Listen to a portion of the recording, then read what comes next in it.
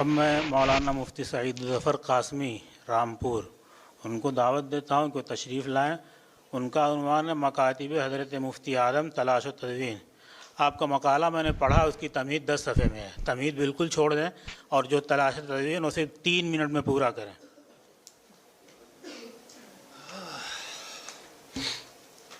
بسم اللہ الرحمن الرحیم۔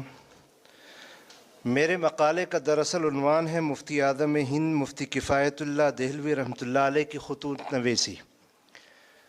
دراصل اس عنوان کو منتخب کرنے کے پیچھے وجہ یہ بنی کہ 2-2.5 سال پہلے یا 3-4 سال پہلے جب اس سیمینار کا اعلان ہوا تھا تو میں نے 2 کام کرنے شروع کیے تھے۔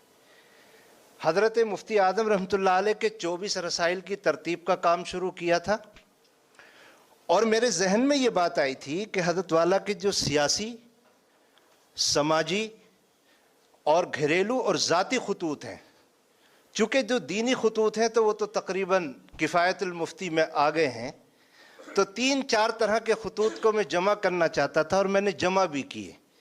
حضرت ڈاکٹر قاسم صاحب کا میں شکریہ ادا کرتا ہوں کہ انہوں نے بھی مجھے خطوط دیے، فون کے ذریعے ہی دے دیے، اور آپ یقین کیجئے کہ وہ خطوط اتنی اہمیت کے حامل ہیں کہ مجھے ایسا لگا کہ ان خطوط کے منظر اور پس منظر اور اس وقت کی منصوبہ بندی کو سمجھانے کے لیے کچھ حواشی آنے چاہیے۔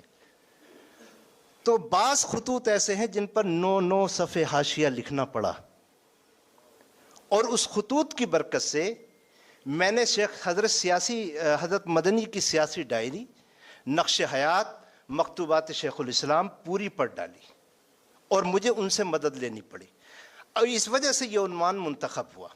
یہ مقالہ میرا 32 صفحے میں، اور وقت ہے نہیں، لیکن میں ایک بات عرض کر کے بات ختم کرتا ہوں۔ وہ میری بات نہیں بلکہ آپ علماء کی خدمت میں ایک تجویز ہے۔ اس وقت جو ہندوستان کے حالات ہیں، جو میں نے پڑھا ہے اس کے حساب سے 1935 کے آس پاس 1945 تک اس سے کہیں برے حالات اس وقت ملک کے تھے، لیکن چونکہ ظاہر بات ہے آزادی کا وقت قریب تھا، اور ملک کی تقسیم کا شوشہ اور کاوشیں ایسی تھیں کہ آپ اس کو جوش کو سمجھ سکتے ہیں۔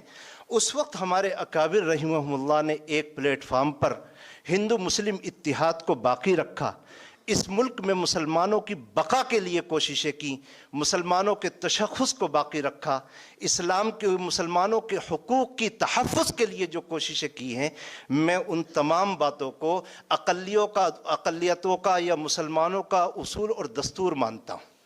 اگر 3 کتابیں، مکتوبات شیخ الاسلام، مکتوبات مفتی اعظم اور سیاسی ڈائری کو سامنے رکھ کر ان اصول کو مرتب کر دیا جائے تو وہ ہندوستان میں مسلمانوں کا سیاسی دستور تیار ہو سکتا ہے۔ وآخر دعوانا